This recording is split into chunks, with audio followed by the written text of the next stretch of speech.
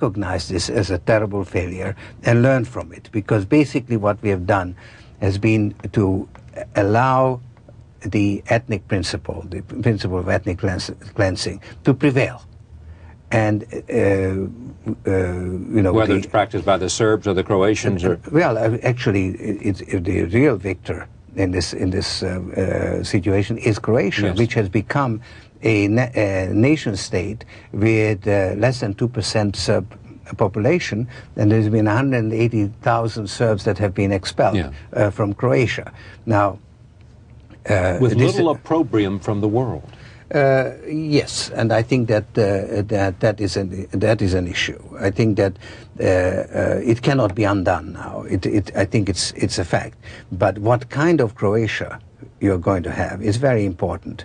And this is what we have to pay attention to. But let me come back to the United States and what we might do. The United States, you think, began to say we have to do something different in order to rescue NATO, which was clearly ineffectual and being called into question. And we're now talking about NATO expansion. Yes. What can be done now, in a sense, not with respect to Bosnia, but about the future of NATO? What has to happen? And has the United States, by these actions, in a sense, recreated...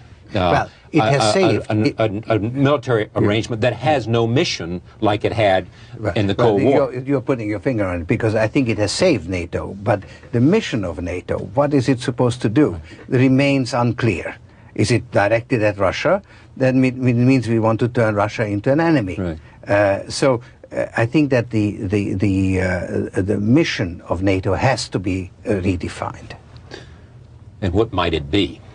I think that that they ought to stand to protect open societies, basically, and we ought to generally, in this part of the world particularly, care about what kind of regime prevails in a country. In other words, our attitude to Russia should be different depending what kind of regime it is. Is it a democratic regime, or is it an authoritarian regime? It's not, you know, Russia in this geopolitical chess board, you know, that...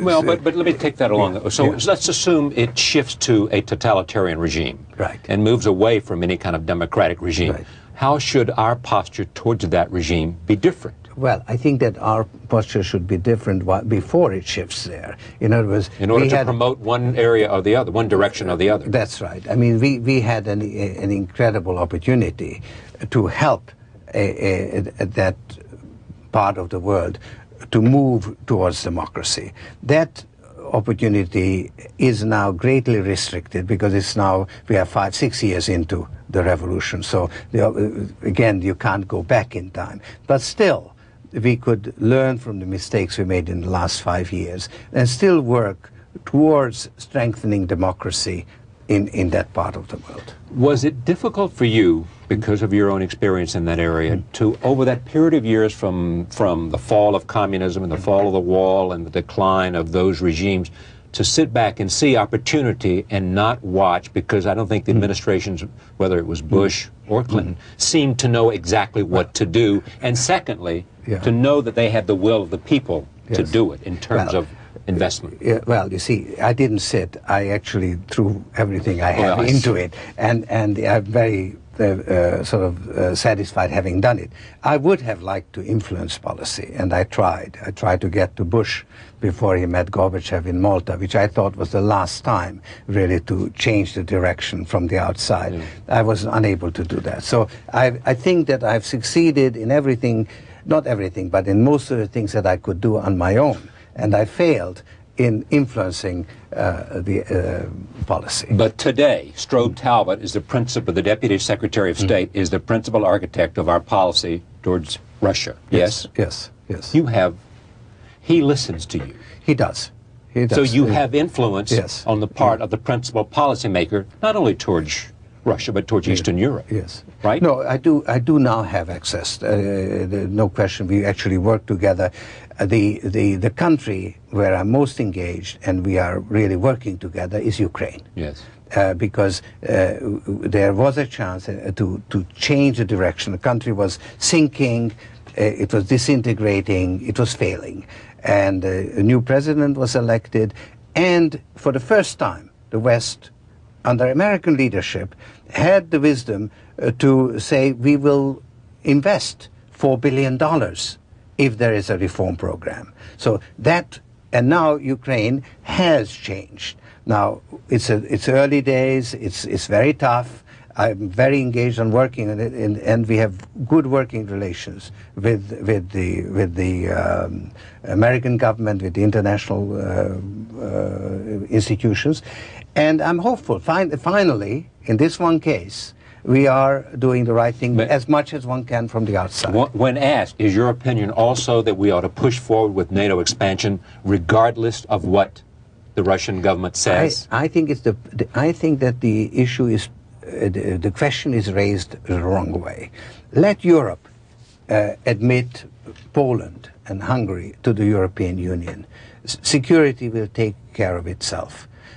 Let us have a constructive policy towards Russia, and Russia will not object. So your idea is forget NATO, let them come into some other kind of economic arrangement or security arrangement rather than NATO, because it is NATO that inflames the Russians or causes at least their paranoia. There's a saying that war is an extension of politics. Right. I say let's concentrate on politics and not war. I mean, it's a failure of politics when we come to war. So let's deal with the political and economic situation in those countries. That puts you at odds, I think, with Henry Kissinger, who is one of the people who endorse your book. We could have a very good debate, because we do have a difference of opinion. Yes. All right. Let me come back to the world economic situation. You believe that you're bearish on the economic future of France and Germany. Bearish. No, I'm concerned. I'm concerned about the trend towards European disintegration. Yeah. That is to say, you have a disequilibrium situation after the reunification of Germany. And first there was an attempt to accelerate the integration. It peaked in the Maastricht Treaty. It failed in the process of ratifying that treaty, and now we are in a period of disintegration, and that I think is very harmful, because it puts us right back where we were in the interwar period. Nation states with different interests clashing. You mean between World War I and World War II? Yes. Right. And so this is now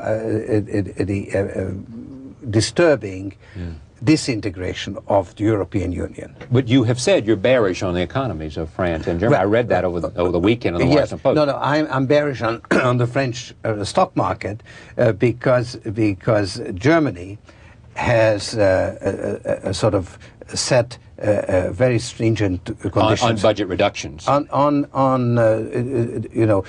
Insisted that France has to meet the criteria of the Maastricht Treaty in order to have a common currency. France is lagging, and there's now a confrontation shaping up between the independent central bank in France and the government. And I think that there's going to be a government crisis, and I don't think that Juppé might not survive. What do you think of Chirac so far? I admired his stand on Bosnia. Yes. I think he showed some leadership. It's a new.